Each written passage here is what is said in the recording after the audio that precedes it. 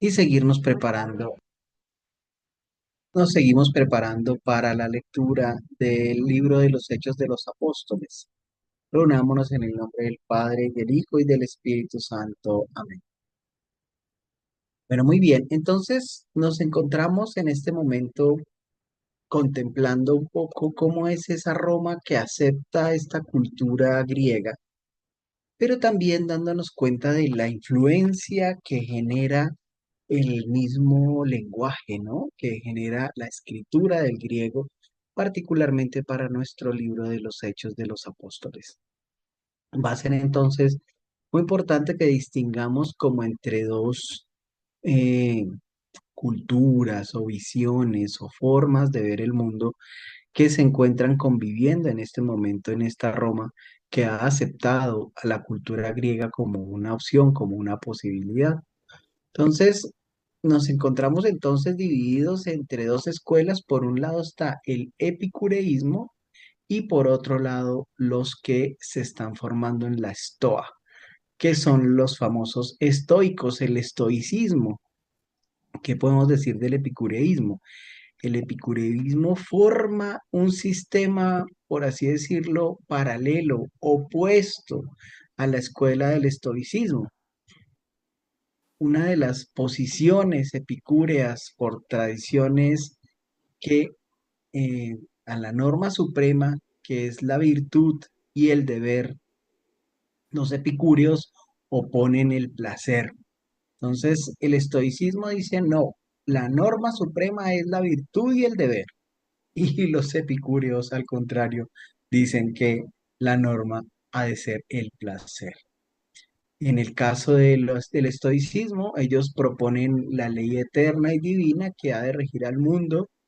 En cambio, los epicúreos dicen que en realidad todo es un capricho, una fortuna, una acción, ¿cómo podríamos decirlo? Entrópica, que nos trae a la vida, que esto es fruto del azar, que todas las cosas han venido evolucionando y caen en como en este capricho de la fortuna. Es decir, que para ellos, estamos hablando de esta realidad del epicureísmo, no existía más que el mundo material, no existía más que el aquí y el ahora, y su estructura de temporalidad está basada precisamente en el presente. Si bien de alguna manera podríamos pensar que el estoicismo plantea unas posibilidades de futuro, plantea unas posibilidades de conectar con algo trascendente, no así el epicureísmo que nos habla de un mundo completamente enfocado en lo material, en el presente, en el aquí y en el ahora. ¿Cómo es el mundo religioso helenístico? Digamos que guarda una estrecha relación con nuestro Nuevo Testamento y particularmente con nuestro texto, tanto de Lucas como de Hechos de los Apóstoles, porque el mundo religioso helenístico tiene esta característica en la cual confluyen estas dos culturas de las que habíamos hablado. Por un lado está Occidente, ¿cierto? Hablábamos del Cronos, hablábamos de este tema del tiempo lineal, pero por otro lado también está Oriente.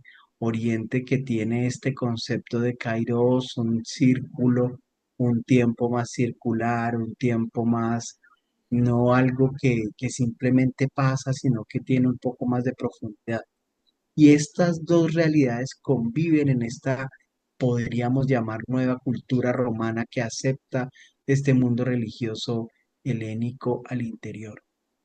Entonces, esta junta, esta unión, esta conexión entre Oriente y Occidente se está gestando y se está dando y se está presentando en este momento. Lo que podríamos decir es que hay una influencia de esta cultura oriental que poco a poco se va sintiendo más intensamente en esta cultura y lo que genera es que va a producir como consecuencia una búsqueda de una espiritualidad que es como característica de esta época. Eh, lo que podríamos destacar en este mundo religioso de esta Roma que está recién imponiéndose, pero también que ha aceptado la participación de la cultura griega, dijéramos con cierta admiración. Entonces podríamos destacar fundamentalmente, por ejemplo, el culto a los soberanos que se empieza a dar bastante fuerte, es decir, se entiende que hay como un deseo de los dioses de que esta persona sea el que gobierne. Entonces, esto se va arraigando cada vez más fuertemente, pero este culto a los soberanos se va a ir fortaleciendo cada vez más. Por otro lado, como les decía, se van a combinar estos dioses griegos con los dioses romanos a tal punto que van a tener, por un lado, el origen, el nombre griego, pero por otro lado, esos mismos dioses con esas mismas características, por así decirlo, tienen otro nombre en Roma. Y por último, también unos cultos que podríamos denominar un poco como escondidos, un poquito como para pocos grupos de personas, muy poquitas, pocas personas metidos en estas prácticas que podríamos denominar un poco como mistéricas, como extrañas, como esotéricas, como, sí, pequeñas comunidades que tienen como unas prácticas religiosas que entre comillas solamente conocen ellos, pero que les hace dar como un sentido de pertenencia a una cierta élite mucho más pequeñita. Este, ¿qué podríamos empezar a decir? Esto va a gestar, este culto a los soberanos va a llegar a permear de tal modo esta cultura que cuando ya estén en gobierno los emperadores, pues el culto a los emperadores será muy común. Este culto a los emperadores, desde luego, entiende que ellos son, eh, si bien a veces se califican a sí mismos como dioses, otras veces se califican como hijos de los dioses. Y este cristianismo naciente que vamos a encontrar en los apóstoles va a luchar mucho contra esta idea, va a ser un enemigo de esta idea de que el emperador se considere el hijo de Dios o Dios mismo en la tierra y va a ser una lucha que va a generar grandes dificultades para este cristianismo naciente que está en contra de aceptar que este emperador es hijo de Dios y mucho menos que es Dios mismo en la tierra. Eh, ¿Dónde podríamos trazar esta historia? Y está un poco enraizada en Alejandro Magno, porque ese de sus conquistas, en medio de sus grandes logros, empieza a hablar de él precisamente como el divino. Es la divinización de Alejandro Magno la que logra que estos sucesores de él, entre comillas, estos nuevos emperadores, empiecen a pensar en esa idea de una proveniencia divina de ellos mismos. Esto, desde luego, tiene un arraigo no solamente en la religión griega, sino que también va generando como una especie de doctrina dentro de Grecia, según la cual el héroe, aquel que se prepara para la guerra, aquel que es, ojo con esto, capaz de dar la vida por la comunidad, tiene como ese derecho, ¿no? Es como una especie de ser como semidivino que es honrado por la comunidad y que le dan culto a causa de que está dispuesto a arriesgar su vida en el combate para, entre comillas, salvarlos, entonces, este concepto va a estar muy pegado a una concepción, a una cultura, según la cual aquel que da la vida, aquel que es capaz de dar la vida por los demás, genera veneración.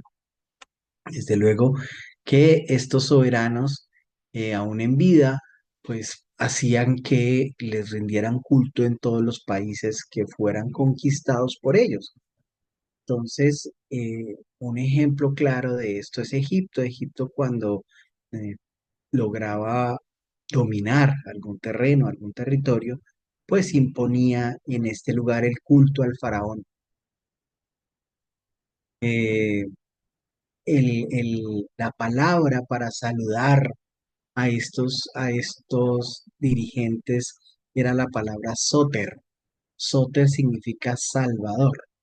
Desde luego que el concepto es: yo rodeo tu ciudad, tengo un montón de ejércitos y te doy una propuesta según la cual, si te rindes, si me pagas tributo, si reconoces que yo soy el Salvador, que yo soy el Sóter, entonces no te mato, no destruyo tu religión, permito que subsistas tú y tu familia, te dejo que sigas haciendo lo que anteriormente hacías. Eso sí, ahora me tienes que pagar impuestos a mí, pero te dejo vivir. Entonces de allí, estos soberanos son el famoso Sóter, el Salvador. O por lo menos se reconoce en ellos una especie de epifanía, es decir, una cierta manifestación divina. Ellos, entonces, vamos a tener en cuenta estas como características de estos soberanos que va a ser muy importante para nosotros también. Desde luego que también está presente en griego la palabra Kyrios, el Señor.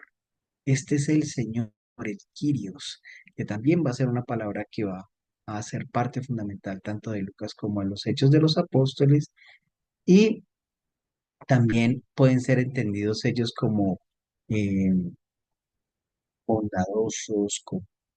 Hay una palabra que es eh, evergate, que es bienhechor, el que logra como facilitar que yo pueda seguir viviendo, por así decirlo.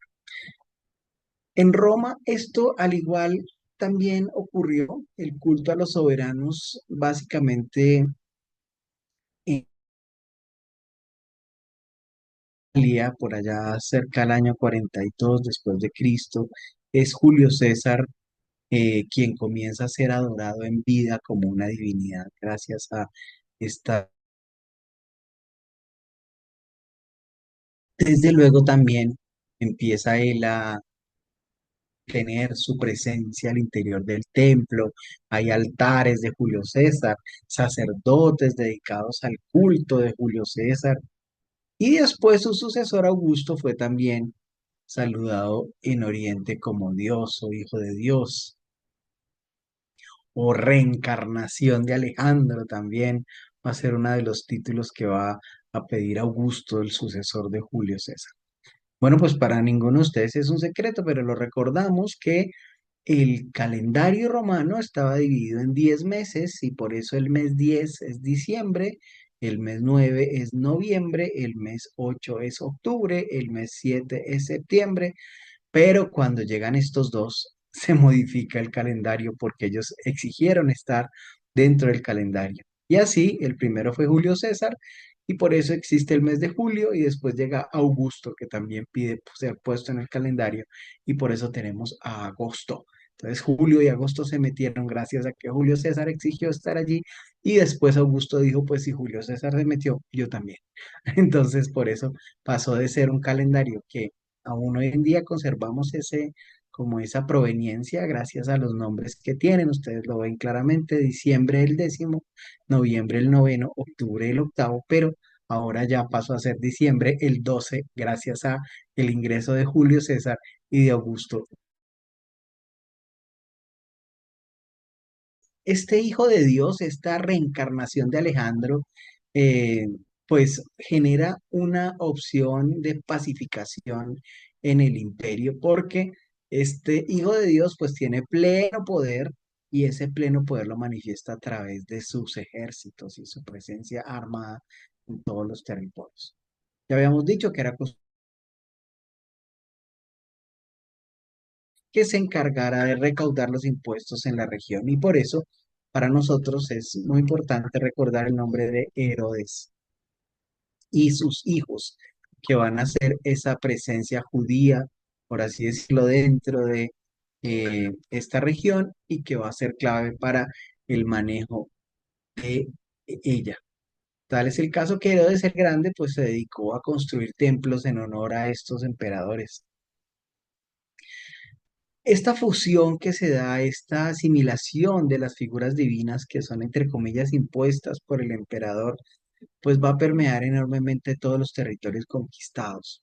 ¿Por qué? Porque se les va a exigir culto a estos dioses y si no exigir, a veces voluntariamente eh, se han encontrado, gracias a las esas excavaciones antropológicas, pues altares o figuras, por así decirlo, dentro de las casas, en las cuales se demuestra que si bien muchos eran practicantes del monoteísmo, y estamos hablando particularmente de los judíos, algunos dentro de sus casas se han encontrado figuras de estos dioses. Entonces, hay una especie de sincretismo que se va dando allí,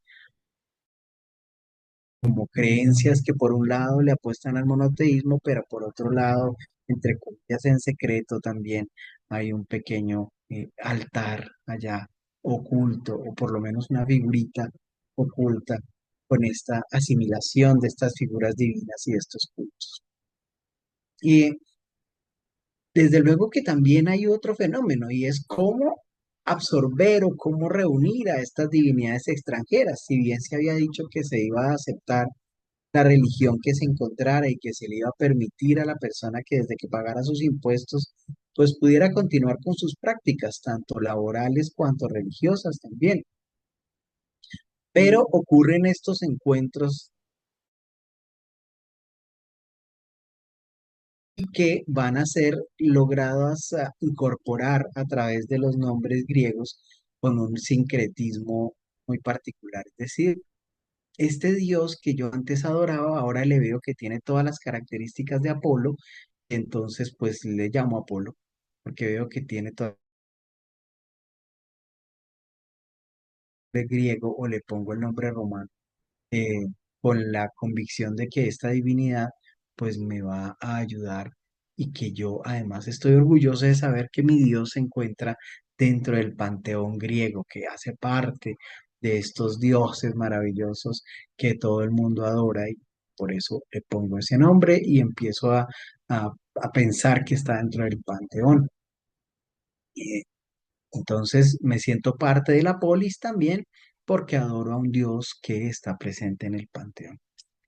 Este sincretismo religioso produjo la interiorización de una especie de sentimiento religioso nuevo que era, entre comillas, muy permisivo, es decir, ah, bueno, pues qué bueno que tú adores a este Dios y yo adoro a otro, eh, pero esto fue dando como una cierta libertad interior, ¿no? Como una cierta libertad, entre comillas, espiritual para la adoración de religiones, por así decirlo, y dioses nuevos.